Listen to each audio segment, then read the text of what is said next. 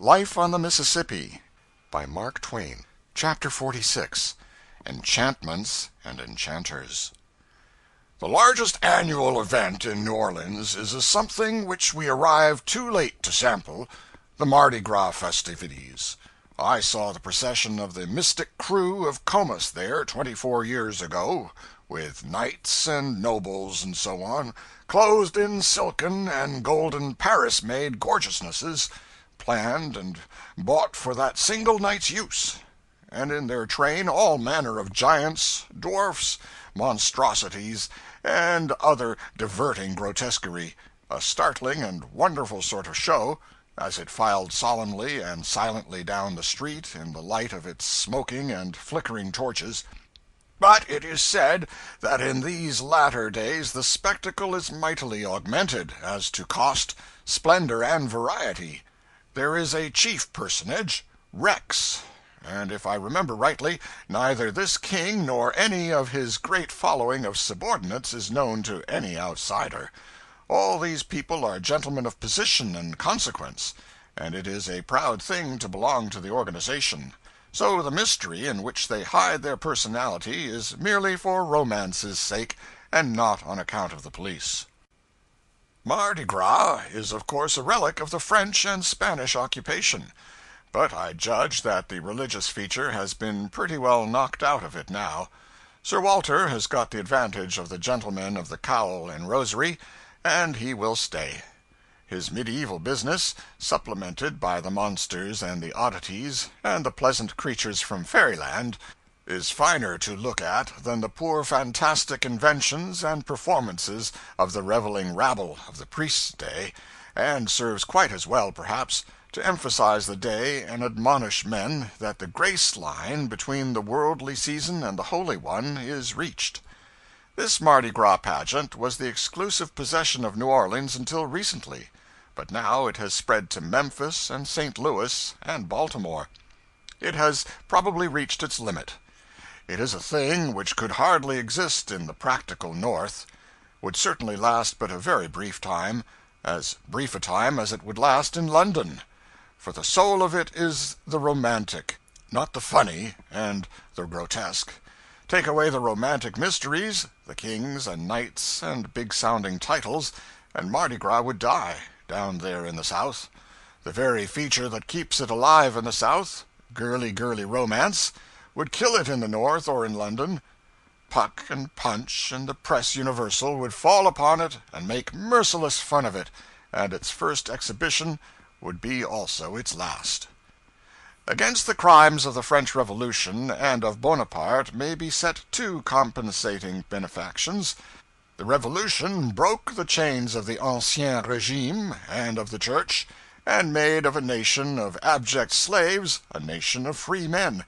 And Bonaparte instituted the setting of merit above birth, and also so completely stripped the divinity from royalty that whereas crowned heads in Europe were gods before, they are only men since, and can never be gods again, but only figureheads, and answerable for their acts like common clay. Such benefactions as these compensate the temporary harm which Bonaparte and the Revolution did, and leave the world in debt to them for these great and permanent services to liberty, humanity, and progress.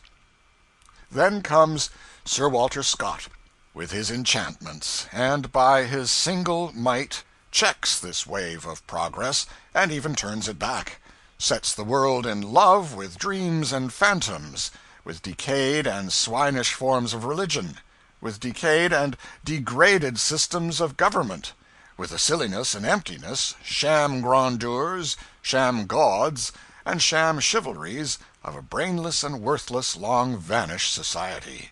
He did measureless harm, more real and lasting harm, perhaps, than any other individual that ever wrote. Most of the world has now outlived good part of these harms, though by no means all of them, but in our South they flourish pretty forcefully still. Not so forcefully as half a generation ago, perhaps, but still forcefully. There the genuine and wholesome civilization of the 19th century is curiously confused and commingled with the Walter Scott middle-aged sham civilization.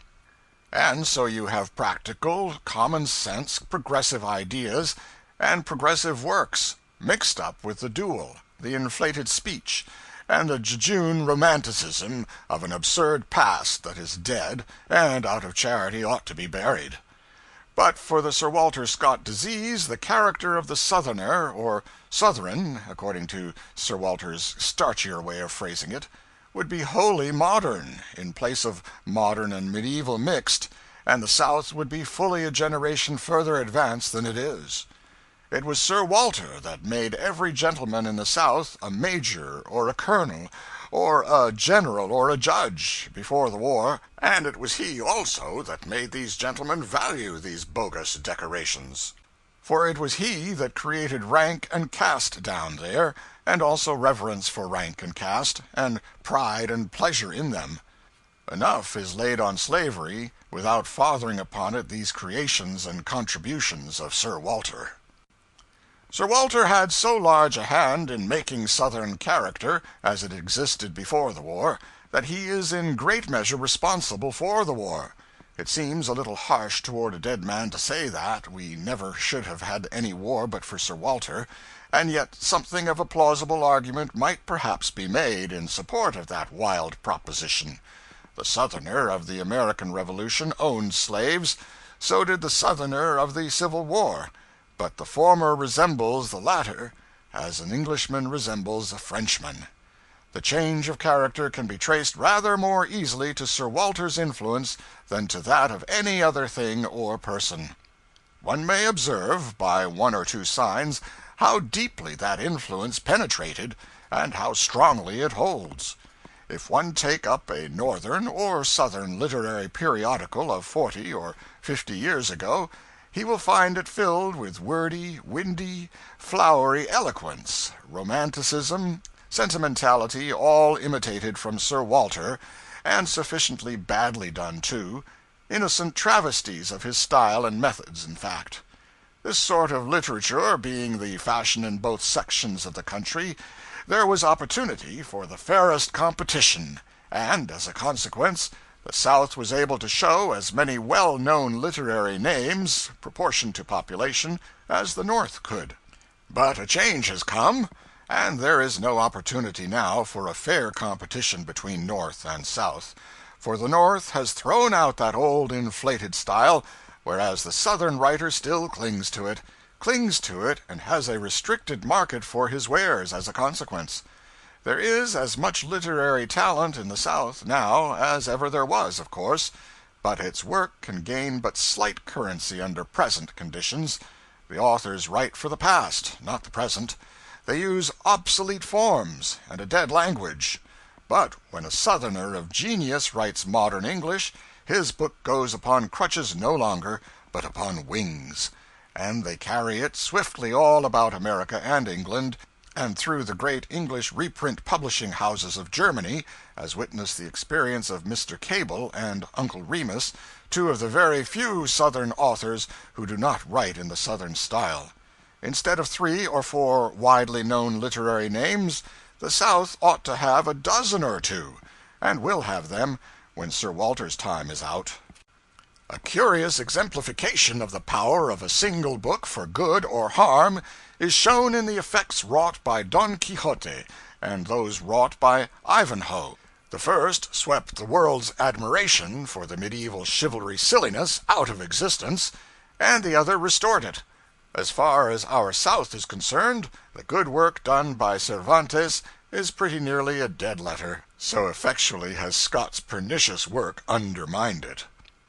End of chapter 46.